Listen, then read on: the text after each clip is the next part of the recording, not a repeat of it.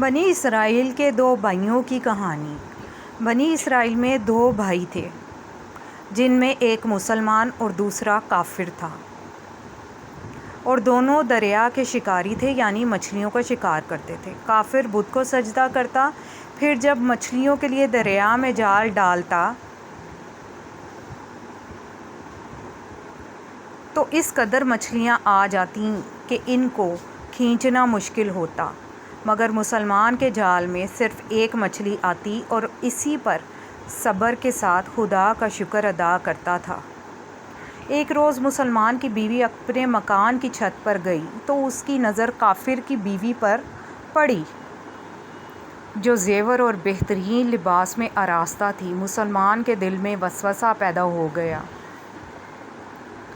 کہ کاش میں بھی ایسی ہوتی، تو کافر کی بیوی بولی، تم اپنے شوہر کو آمادہ کر لو کہ وہ میرے شوہر کے معبود یعنی بت کی عبادت کیا کرے تاکہ تم بھی میری طرح مالدار ہو جاؤ۔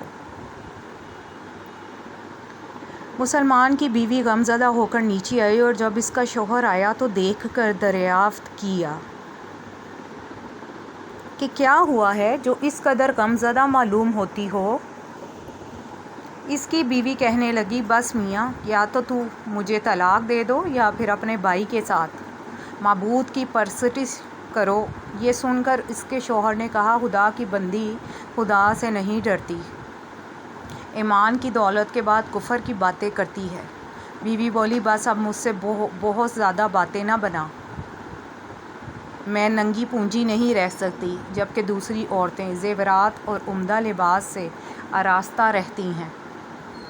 جب اس مرد مومن نے دیکھا کہ عورت ضد پر اتر آئی ہے اور اس کا اصرار حد سے گزر چکا ہے تو اس نے عورت کو تسلی دی اور کہا کہ گھبرانے کی ضرورت نہیں، میں کل سے کاریگروں اور مزدوروں میں جا کر محنت کروں گا اور روز 2 دینار دوں گا، تو اپنی حالت درست کر لینا۔ یہ سن کر عورت کو کچھ تسلی ہوئی۔ وہ مرد مومن مزدوری کی تلاش میں نکلا، کسی نے اس کی بات نہ مانی۔ بالآخر مایوس ہو کر کسی دریا کے کنارے پہنچا اور شام تک اللہ کی عبادت میں مصروف رہا۔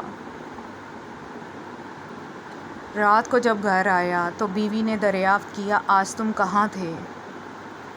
وہ کہنے لگا، بادشاہ کی خدمت میں تھا، بادشاہ نے مجھ سے 30 دن کام کرنے کی شرط رکھی ہے۔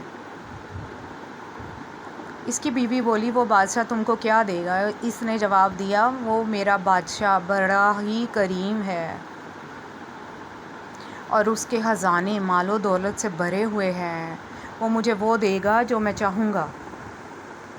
چنانچہ اسی طرح وہ اپنے معبود برحق کی عبادت میں مصروف رہا۔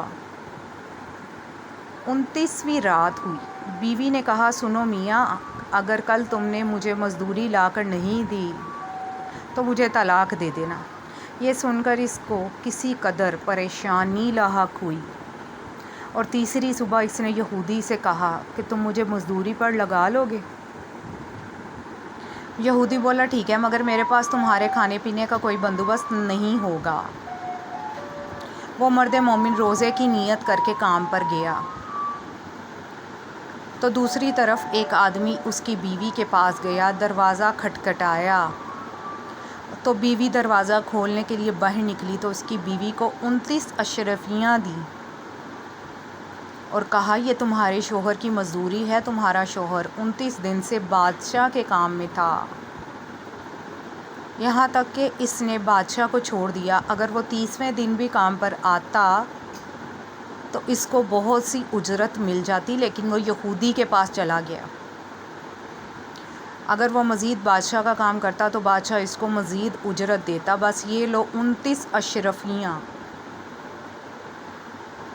اس میں ایک اشرفی اس لیے کم ہے کیونکہ آپ کا شوہر 30ویں دن کام پر نہیں گیا۔